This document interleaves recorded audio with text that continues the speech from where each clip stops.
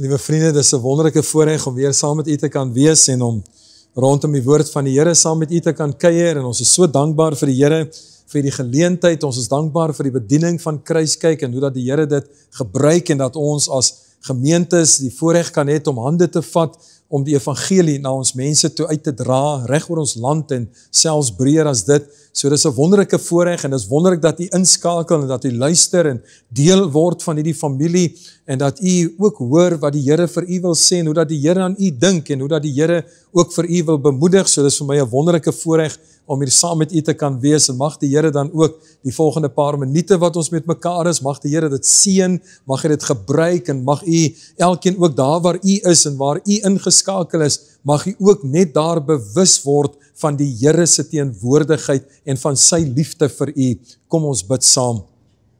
Hemelse Vader, dis altyd vir ons 'n voorreg om net met u woord te kan omgaan, want dit is u woord aan ons.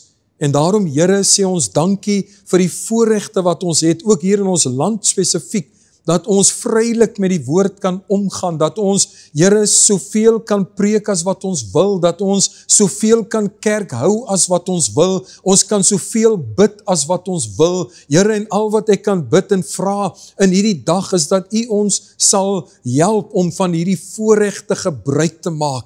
Here, nie om te wil meer kerk gaan, te meer dit of dat nie, maar dat ons gebruik sal maak van elke geleentheid wat daar reeds bestaan, om met die Here en met die kinders van die Here 'n ontmoeting te kan hê. So Here, dankie vir hierdie voorreg wat ons het, dat al sien ons nie mekaar fisies nie, maar dat ons as kinders van die Here, as familie in Christus, dat ons saam kan kuier rondom die woord van die Here, en dat ons die Here kan vashou en kan vertrou dat u hierdie oomblikke gebruik, en dat u vir ons bewus kom maak van u heilige teenwoordigheid. Here, baie dankie vir die geleentheid en baie dankie dat ons ook sodoende 'n geleentheid kry om met mekaar te kan bid, om vir mekaar te kan bid, om in te kan tree vir mekaar en net te kan vra, Here, dat u op 'n magtige wyse sal kom, dat u mense sal kom bemoedig, dat u mense sal kom versterk, Here, dat u siekes sal kom aanraak, dat u mense wat met laste loop, dat u vir hulle sal dit kom lig maak, dat u vir hulle deurbrake sal kom gee,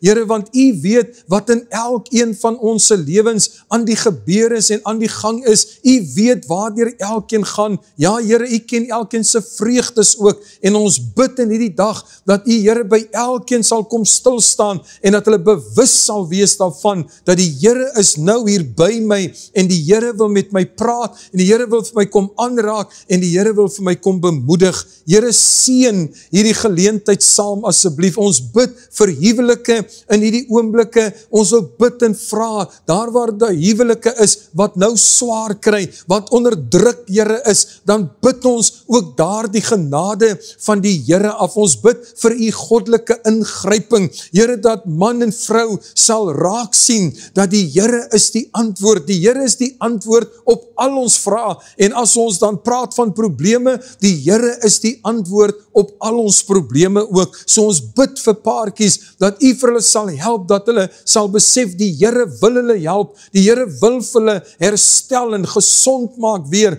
en Here, u wil daar die huwelik weer mooi kom maak, ook nie net ter wille van hulle twee, om mekaar lief te en mekaar te geniet, maar ook ter wille van hulle kinders, waarmee u vir hulle geseën het, want hulle kinders kyk op na hulle toe, en soek daai vreugde, daai sekuriteit van 'n man en vrou, 'n pa en ma, wat lief is vir mekaar, onvoorwaardelik. Here, seën ons huisgesinne dan vandag, en word u net verheerlik in en deur ons elkeen se lewens. Here, seën nou u woord, gebruik dit asseblief, spreek tot ons, maak die woord vir ons oop, dat ons kan verstaan, en dat ons presies kan verstaan, wat is die boodskap uit hierdie boodskap vandag vir my, wat is dit wat die Here wil hê, ek moet raak, hoor, en saam met my dra, en toepas in my lewe. Kom dan nou en seën vir ons, in Jesus naam bid ons dit, amen, amen. Liewe vriende, ek wil graag saam met u lees in Matteus 22, vers 34 tot en met vers 40, die baie bekende gedeelte wat gaan oor die groot gebod, die samevatting van die 10 gebooie. So ek lees vir u Matteus 22 vanaf vers 34 tot en met vers 40. En toe die Fariseërs hoor dat Jesus die Sadduseërs die mond gestop het, het hulle almal saam vergader. En een van hulle, 'n wetgeleerde, het 'n vraag gestel om hom te versoek en gesê: Meester, wat is die groot gebod in die wet? En Jesus antwoord hom: Jy moet die Here jou God lief hê met jou hele hart en met jou hele siel en met jou hele verstand. Dit is die eerste en groot gebod. En die tweede wat hiermee gelyk staan, jy moet jou naaste lief hê soos jouself. Aan hierdie 2 gebooie hang die hele wet en die profete. Net tot sover die geleesde deel. Nou wanneer ons kyk na hierdie gedeelte, dan is dit eintlik dat 'n mens hier moet raak sien dat hier was 'n aanloop na hierdie situasie waar die Fariseërs en die Sadduseërs saamgespan het om vir Jesus 'n strikvraag te probeer vra. Nou, jy moet net na die vorige 2 gedeeltes kyk, dan sal jy agterkom dat hierdie geleerde mense, hierdie skrifgeleerde mense, hierdie godsdienstige Jode, hulle was mense hulle was jaloers op Jesus se bediening. Hulle kon nie verstaan dat hierdie man volgens hulle dan nou 'n onopgeleide, ongekwalifiseerde prediker, dat hy met soveel krag die woord kon bedien nie. Die mense het gesê, niemand het al ooit met soveel gesag met ons gepraat nie. Ons wil na hom luister, en as ons na hom luister, dan wil ons self sy opdragte ook uitvoer, want hy's net anderste. En hierdie geleerde mense kon nie verstaan nie, dat hulle kon nie dieselfde impak op hulle hoorders het nie, en natuurlik waar hulle heeltemal tekort geskiet het was, hulle kon geen wonderwerke doen nie. Hulle het nie geloof in God gehad vir 'n wonderwerk nie, en Jesus daarenteen, oral waar hy gekom het wonderwerke gevloei, asof dit die mees natuurlikste iets was. So, hierdie mense, hierdie geleerde mense, wou van Jesus ontslaa raak, hulle wou hom uit die pad uit kry, maar hulle het gesoek na 'n wetlike manier, om van Jesus ontslaa te raak, dat hy van die Joodse wette moontlik mag oortree, en dat hy verkeerd mag praat, en dan hoop hulle, dat hulle hom sou kon uit die weg uit kry, stil maak.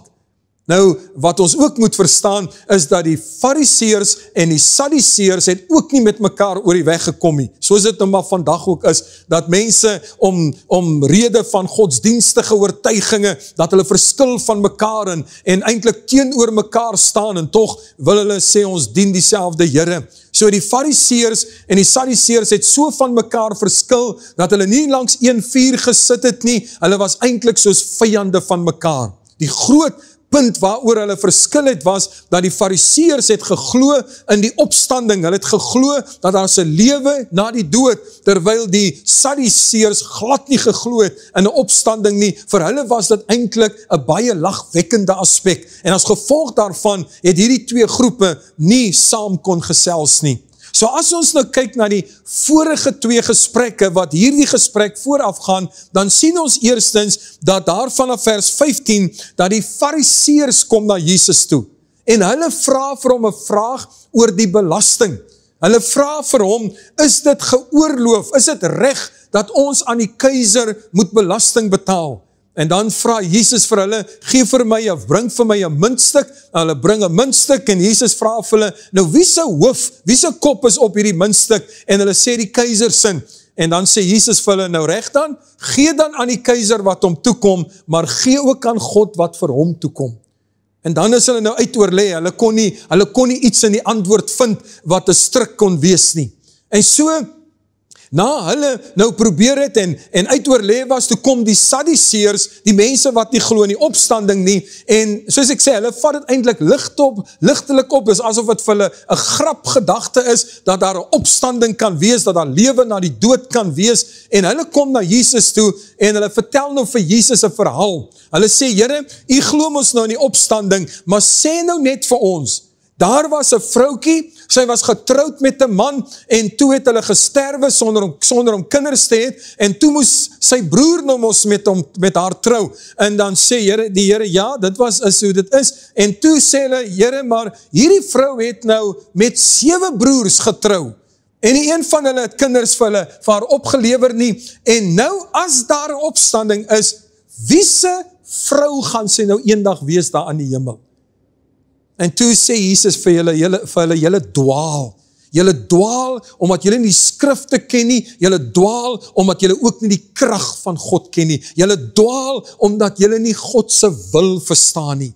En dan sê Jesus vir hulle, verstaan julle dan nie, dat wanneer ons in die opstanding kom, dan is ons nie man en vrou nie, ons is soos engele. So weer eens het Jesus vir hulle antwoord gegee, wat hulle natuurlik self nie verstaan het nie, want hulle glo nie daarin nie. En nou vind ons by hierdie derde vraag wat na Jesus toe kom, is die interessante, dat die Fariseërs en die Sadduseërs nou saamspan. Alhoewel hulle vyande van mekaar is en op teenoor mekaar staan, het hulle saamgespan om te kyk of hulle nie saam by 'n plan kan uitkom om vir Jesus te vang en 'n vasvraag vir hom te kan vra nie. En nou staan hier waar ons gelees het, dat een van die wetgeleerdes, met ander woorde, een van die beste manne onder hulle, het gesê, ek sal vir hom 'n vraag gaan vra. En dan is die vraag, hierdie bekende vraag, wat is die grootste gebod? Nou weet ons dat die Jode het, die 10 gebooie was die beginsel gewees, die norm gewees, maar uit daardie gebooie het daar nog 'n klomp gebooie gevolg, dat het oor die 100 getrek het. So, nou kom hulle na Jesus toe en hulle vra vir hom, wat is die belangrikste gebod? Want jy sien, vir sommige was die gebod oor die Sabbatdag die belangrikste, vir ander was die gebod om nie ander afgode voor hulle te het nie, en te aanbid nie, en so het elke groep maar besluit, wat is nou die belangrikste gebod vir hulle, en nou kom hulle na Jesus toe en vra vir hom, wat sê u is die belangrikste gebod?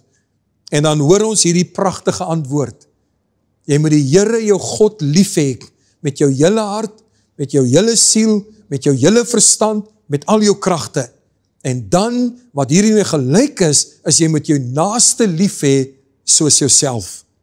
So met ander woorde, as ons kyk na Jesus se antwoord, dan is dit so 3 vlak antwoord.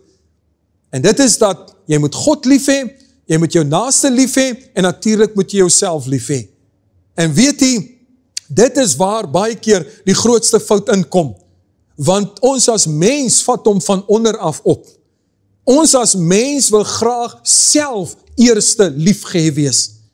En vir baie mense draai die lewe net om hulle self, net om hulle eie geluk.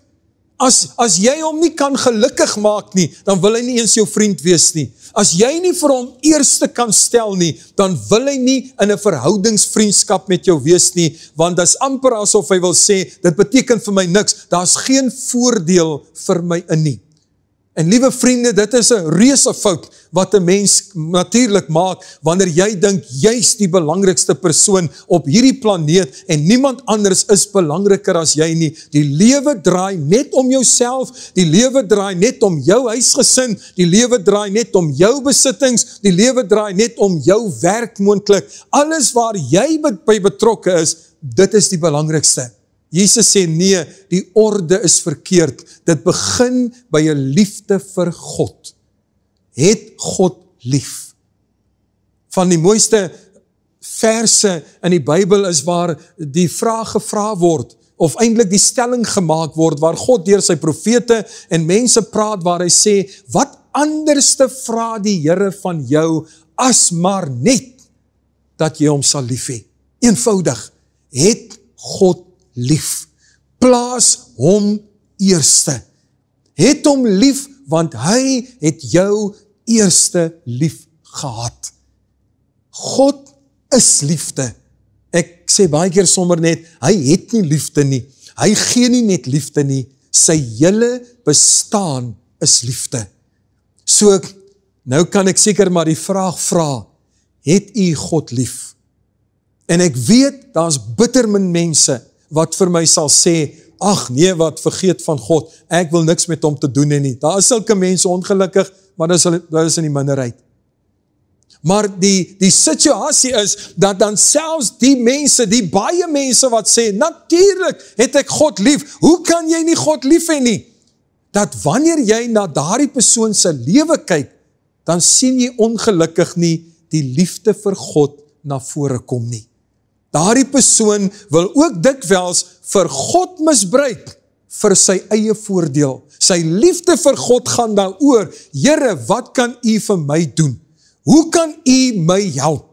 Hoe kan U vir my voordeel gee? Hoe kan U vir my help om 'n verhoging te kry? Hoe kan U vir my help om 'n bevordering te kry? Hoe kan U vir my help om daai droomhuis en daai droommotor vir my te kan koop? So, die liefde vir die Here is eintlik maar weer eens 'n liefde vir myself. Hoe kan ek God deel maak daarvan, dat hy tot my voordeel kan wees?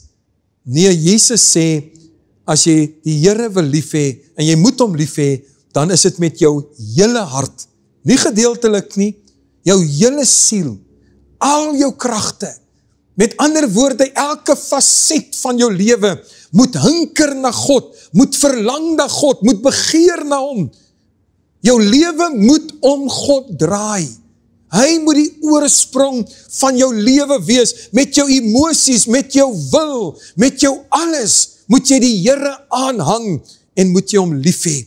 Nou vriende, ons almal skiet tekort op daardie gebied, maar dis belangrik vir my en vir u om te weet, dat as die Here nie die sentrale punt, aantrekkingskrag in my lewe en van my lewe is nie, dan is my lewe in wanorde. Want u sien, God is die oorsprong van alle goeie dinge. En daarom is dit belangrik vir elke mens, dat ons 'n persoonlike verhouding met die Here moet aanknoop. Dat ons sal besef, dit is sy begeerte vir ons. Die Bybel leer vir ons, dat die Here wil nie hê, dat een enkele mens verlore sal gaan nie, maar dat almal die ewige lewe kan hê. En dit geld vir u. Johannes 3 vers 16, wat sê, want so lief het God die wêreld gehad, dat hy sy enige gebore seun gegee het, sodat elkeen wie in hom glo, nie verlore mag gaan nie, maar die ewige lewe kan hê. So 'n sinvolle lewe begin by 'n lewe vol van liefde vir God. En wat beteken dit om God lief te hê? Dit beteken onder andere om tyd met hom te spandeer. Dit beteken onder andere om tot hom te bid en hom jou lewe te maak en te weet dat hy is die een wat die gebede beantwoord. Ek moet tyd maak vir gebed, tyd maak om met die Here te praat, tyd maak om vir hom te sê hoe lief dat ek hom het, tyd maak om te kan sê, Here, vergewe my waar ek u teleurgestel het, waar ek u liefde vertrap het, waar ek u liefde verwerp het. Here, help my, dat my liefde vir u elke dag sal groei en sal sterker word. So om in gebed tot die Here te nader, is deel van 'n teken, ek is lief vir die Here. Dis om die Here natuurlik in die heel eerste plek in my lewe in te nooi, as die verlosser en saligmaker, as die redder van hierdie wêreld, om te erken dat sonder die Here is ek niks. Jy ken mos Psalm 127, wat daar die stellinge maak, dat as die Here die huis nie bou nie, te vergeefs werk die wat daaraan bou, as die Here die stad nie bewaak nie, te vergeefs waak die wagter. En dan gaan hy aan om te sê, te vergeefs dat jy vroeg opstaan, laat op bly, brood van smarte eet. Nee, en so baie mense sê vandag, ek werk my dood. En as die kinders klaar oor iets, of as die vrou klaar oor iets, dan sê ons vir mekaar, ek werk my dood om vir julle 'n lewe te gee, en dan is julle nog ondankbaar daarvoor, of daaroor, en dan sê die Here vir ons, as jy dit alles doen, so pragtig soos wat dit is, al die opofferings wat jy maak vir jou gesin, as jy dit sonder die Here doen, dan is dit te vergeefs. As die liefde van die Here nie daarin is nie, dan is dit 'n te vergeefse poging wat jy aanwend. So liewe vriende, dan moet 'n liefde vir die Here wees, dan moet 'n begeerte wees om die Here deel te maak van jou lewe, om hom die koning van jou lewe te maak. En dan moet jy in gebed met hom kommunikeer, en dan het ons sy woord wat hy vir ons gegee het, en dit is hoe hy weer met ons kommunikeer, en sy hart aan ons bekend maak, en sy wil aan ons bekend maak, en dis die kosbaarheid daarvan, om te kan weet, dat hierdie verhouding wat ek met die Here het, is 'n liefdesverhouding. Is my so pragtig, as die Here kom, en daar in Jesaja 43 sê, jy is kosbaar vir my, ek het jou lief. Jy is spesiaal vir my.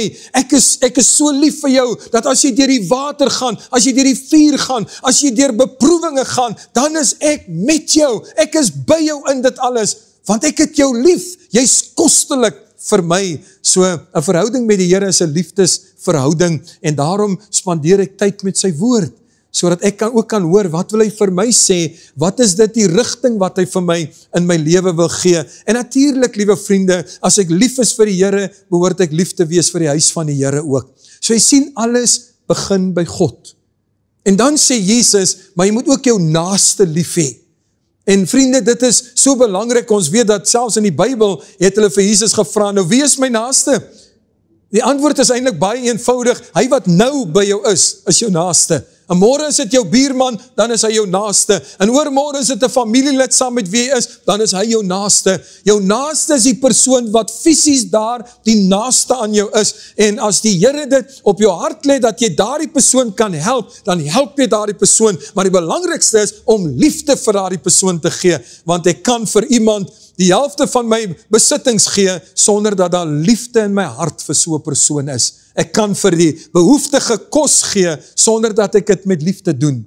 So, my liefde vir my naaste, en ja, as ons dink aan ons gemeentes waarin ons behoort, dan behoort ons liefde vir mekaar te hê. Ons is broers en susters in die Here in, en ons gee liefde vir mekaar, ons beskinder nie mekaar nie, ons gawe nie vir mekaar gate om in te val nie, ons stel nie strikke vir mekaar nie, ons bou mekaar op, ons bemoedig mekaar, want ons is lief vir mekaar, en die Here wil hê ons moet lief wees vir mekaar. En ja, natuurlik, in die derde plek, dat jy ook lief sal wees vir jouself. Lief sal wees vir hoe die Here jou gemaak het, vir die potensiaal wat die Here jou gegee het, en nie jouself die hele tyd af te kraak nie, want jy weet, baie keer het dit te doen met wat ander mense van jou sê, hoe ander mense jou hanteer, en dan sê jy vir jouself, ek is 'n mislukking, ek is nie goed genoeg nie, ek is nie mooi genoeg nie, ek is nie slim genoeg nie, maar dis nie wat die Here van jou sê nie, dis wat die duiwel wil hê jy moet glo, sodat jy jou lewe moet vergooi. Maar as jy kan besef, jy's uniek, as jy kan besef dat jou familie nie sonder jou kan klaarkom nie, dat daar waar jy in die Here dien, hulle kan nie sonder jou klaarkom nie, jy is spesiaal, jy's geseënd met spesiale gawes, en jy moet net jou deel doen, dan gaan jy sien hoe sinvol en hoe wonderlik jou lewe is, en dan gaan jy lief raak vir jouself, omdat jy besef, die Here het jou uniek gemaak. So liewe vriende, die Here kom in hierdie dag, en hy roep vir my en vir u op. Jesus kom sê vir ons, as jy orde in jou lewe wil hê, dan begin dit by God, en dit word oorgedra na jou medemens toe, en jy bring dit ook na jouself toe. En weet jy, as ons hierdie liefde kan begin uitleef, wat die Here, die Bybel sê dit so treffend, hy het sy liefde in ons harte uitgestort, en daarom kan ons lief hê, uit onsself uit kan ons nie, uit onsself uit sal ons net onsself lief hê, maar God het sy alles oortreffende liefde in ons harte uitgestort, sodat ons in liefde kan leef. Ons lewe in 'n wêreld, ons lewe in 'n land, waar daar baie verkeerde dinge gebeur, baie wrede dinge gebeur, en is so maklik, dat jy jou liefde kan verloor. Mag die Here ons help, dat ons dit nie sal toelaat nie, maar dat ons sal hoor wat Jesus sê, dat ons liefde by God sal begin, dat ons sal oordra na ons medemens, en dat ons ook dit op onsself van toepassing sal maak. Kom ons bid saam. Hemelvader, baie, baie dankie dat u so besonders is. Baie dankie Here, dat u nie van ons iets vra wat u nie alreeds bewys het nie. So Here, as u vir ons sê, het mekaar lief, dan wys u vir ons hoe lief dat u vir ons het. U het ons so lief dat u die disippels se voete gewas het, en u sou ons voete ook gewas het, want u het vir ons kom toon, die wat die beste, die hoogste wil wees, moet leer om 'n diensknegt te kan wees, want dit kom uit liefde uit. Here, ons sê vir u dankie, dankie vir liefde, dankie dat ons uit die liefde wat u vir ons gee, ook mekaar kan lief hê, ook my man, my vrou, my kinders, my ouers, my familie kan lief hê, dat daar 'n pragtige, besonderse verhouding kan wees, omdat liefde van God afkom. Liefde is uit God, sê die Bybel vir ons. Dankie daarvoor. Help ons dan om in hierdie tyd waarin ons leef, net weer liefde te kan beoefen, en dit uit te deel, omdat dit God se aard is, in Jesus naam. Amen. Amen.